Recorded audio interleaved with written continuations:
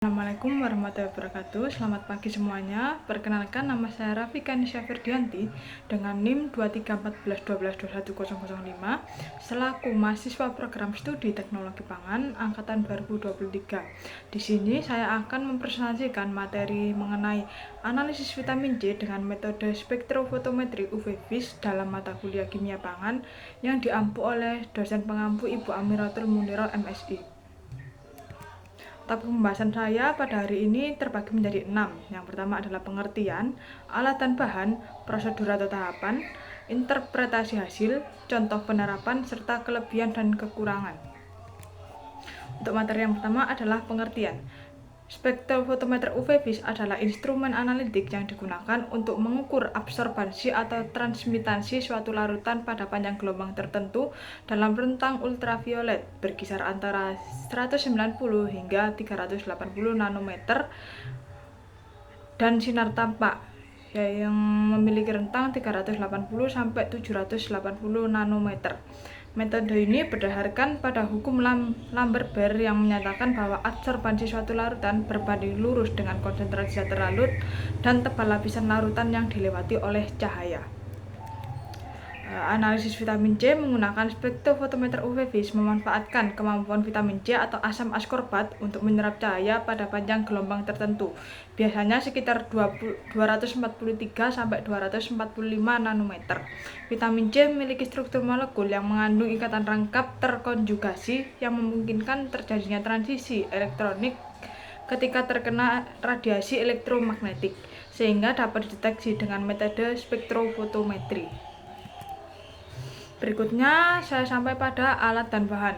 Peralatan yang diperlukan dalam analisis vitamin C menggunakan spektrofotometri UV-Vis antara lain spektrofotometer UV-Vis untuk mengukur absorbansi sampel, neraca digital untuk menimbang bahan dengan akurat, dan peralatan gelas laboratorium seperti labu ukur, gelas ukur, serta pipet tetes.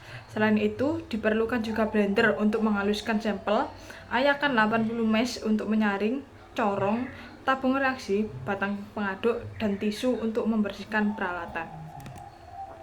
Bahan baku utama yang saya ambil di sini adalah buah naga merah segar. Bahan kimia yang diperlukan meliputi etanol absolut sebagai pelarut ekstraksi, serbuk kalium iodida, aqua steril, larutan iodium, amilum sebagai indikator, dan DPPH dalam kurung 1,1 difenil 2 pikril untuk uji aktivitas antioksidan. Berikutnya ada prosedur analisis vitamin C. Langkah pertama yang dilakukan adalah persiapan sampel. Buah naga merah segar segera dicuci bersih, kemudian dikupas dan dipotong-potong. Sampel selanjutnya ditimbang sebanyak 1 kilo dan dikeringkan menggunakan teknik freeze drying untuk menghilangkan kadar air. Setelah kering, sampel ditimbang kembali dan disimpan dalam wadah tertutup untuk mencegah kontaminasi. Berikutnya ada ekstraksi sampel. Sampel kering yang telah dihaluskan ditimbang sebanyak 100 gram. Untuk proses ekstraksi dilakukan menggunakan pelarut etanol 96% dengan perbandingan 1:5, yaitu 1 sampel dan 1 sampel banding 5 pelarut hingga volume mencapai 500 ml.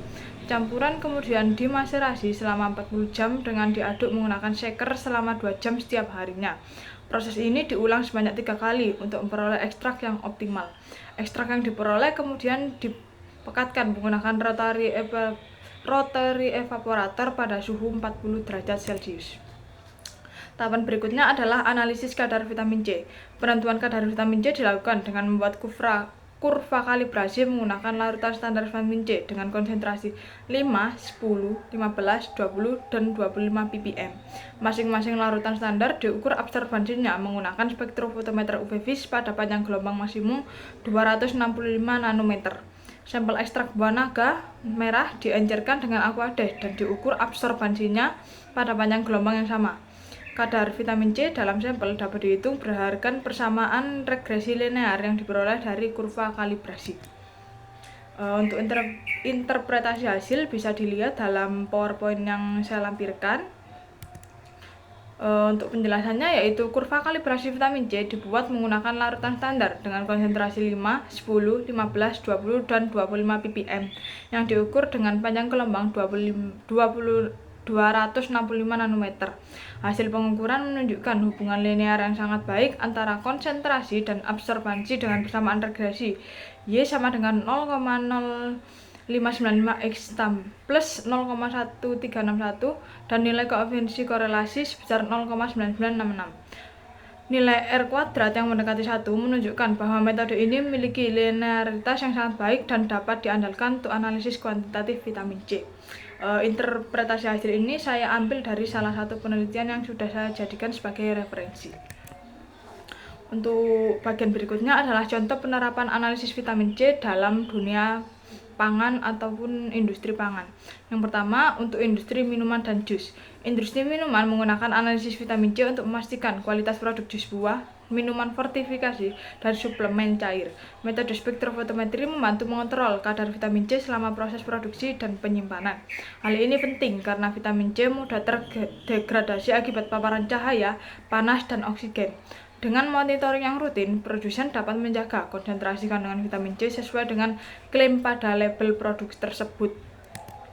Berikutnya, contoh penerapannya adalah pada pengembangan produk pangan fungsional. Dalam pengembangan makanan fungsional, analisis vitamin C digunakan untuk menentukan dosis optimal fortifikasi pada produk seperti sereal, biskuit, dan produk olahan buah. Spektrofotometri memungkinkan peneliti untuk mengevaluasi stabilitas vitamin C dalam berbagai formulasi dan kondisi penyimpanan. Data ini membantu untuk kita mengoptimalkan proses produksi dan menentukan masa simpan produk dengan tepat. Untuk yang berikutnya adalah untuk kontrol kualitas bahan baku. Industri pangan menggunakan metode ini untuk mengevaluasi kualitas bahan baku, buah dan sayuran sebelum diproses. Analisis vitamin C membantu menentukan tingkat kematangan optimal buah untuk memaksimalkan kandungan nutrisi. Produsen dapat melakukan seleksi bahan baku berkualitas tinggi dan menentukan waktu panen yang tepat untuk mempertahankan kadar vitamin C yang maksimal. Untuk bagian terakhir adalah kelebihan dan kekurangan. Yang pertama, kita membahas kelebihannya terlebih dahulu. Metode spektrofotometer UV vis memiliki beberapa keunggulan yang membuatnya menjadi pilihan utama dalam analisis vitamin C. Yang pertama, metode ini relatif sederhana dan cepat dalam pelaksanaannya. Kedua, instrumen spektrofotometer UV vis sudah umum tersedia di berbagai laboratorium dengan harga yang relatif terjangkau dan dibandingkan instrumen analitik lainnya.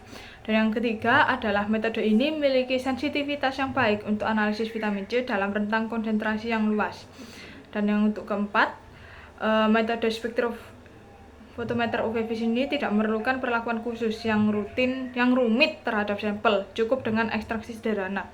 Dan yang terakhir, hasil yang diperoleh memiliki akurasi dan presisi yang baik jika prosedur dilakukan secara benar dan konsisten.